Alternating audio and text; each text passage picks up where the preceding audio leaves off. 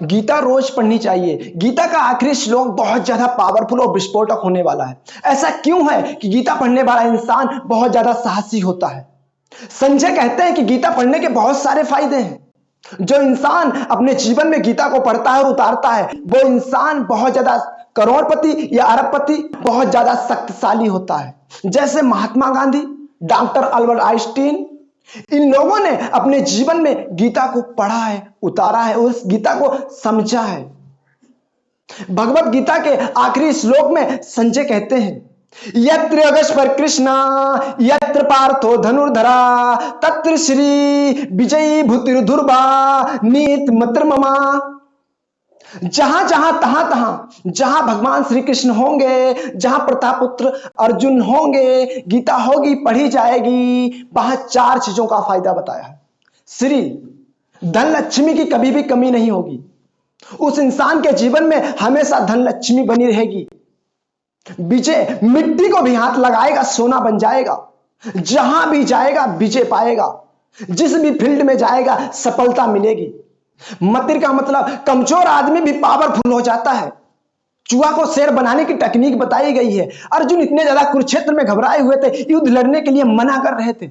भगवान श्री कृष्ण ने कुरुक्षेत्र में गीता ही सुनाई। अर्जुन के अंदर बहुत ज्यादा पावरफुल आ गया और लड़ने के लिए युद्ध में तैयार हो गए।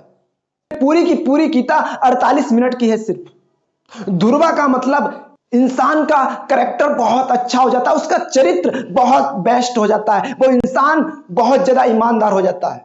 लास्ट में संजय कहते हैं, ये मेरा मत है, मैं गारंटी के साथ कह सकता हूं, जो भी इंसान अपने जीवन में गीता को पढ़ेगा और उतारेगा, उसे 4 चीजों का फायदा होगा। Money, victory, extraordinary power, morality. Gita पढ़ना आपका गोल है, लेकिन इन 4 चीजों के पीछे भागना आपका गोल नहीं है। ये आपके पास अपने आप आ जाएंगी। गीता को पढ़ेंगे तो आपके अंदर क्लैरिटी आ जाएगी, आपको लक्ष्य की, आपका विजन क्लियर हो जाएगा, आपका एजुकेशन बिल्ड हो जाएगा, आप बेस्ट, आपके अंदर स्किल्स, काबिलियत आ जाएंगी। जिस भी इंसान के अंदर काबिलियत आ जाती है, उसके अंदर मनी, विजय, एक्स्ट्रा ऑर्डिनरी पावर, मोरालिटी अपने आप आने लगती है। भगवान श्री कृष्ण को चित्र में नहीं बल्कि चरित्र में बसाना है। बहुत सारे लोग कहते हैं कि मैं भगवत गीता को पढ़ता हूं लेकिन मुझे समझ में नहीं आती। नहीं आएगी समझ में, क्योंकि अच्छे लोग, अच्छी किताबें आसानी से समझ में नहीं आती, बार बार इसे पढ़ना पड़ता है। महात्मा गांधी जी कहते हैं, जब भी मैं तकलीफों से गिर जाता हूं, जब भी आसपास की परेशानियां आ जाती हैं, अकेला महसूस करता हूं, लक्ष्य दिखने बंद हो जाते हैं, तो भगवत गीता को खोल के पढ़ता हूं, मेरे लक्ष्य, मेरे विजन क्लियर हो जाते हैं।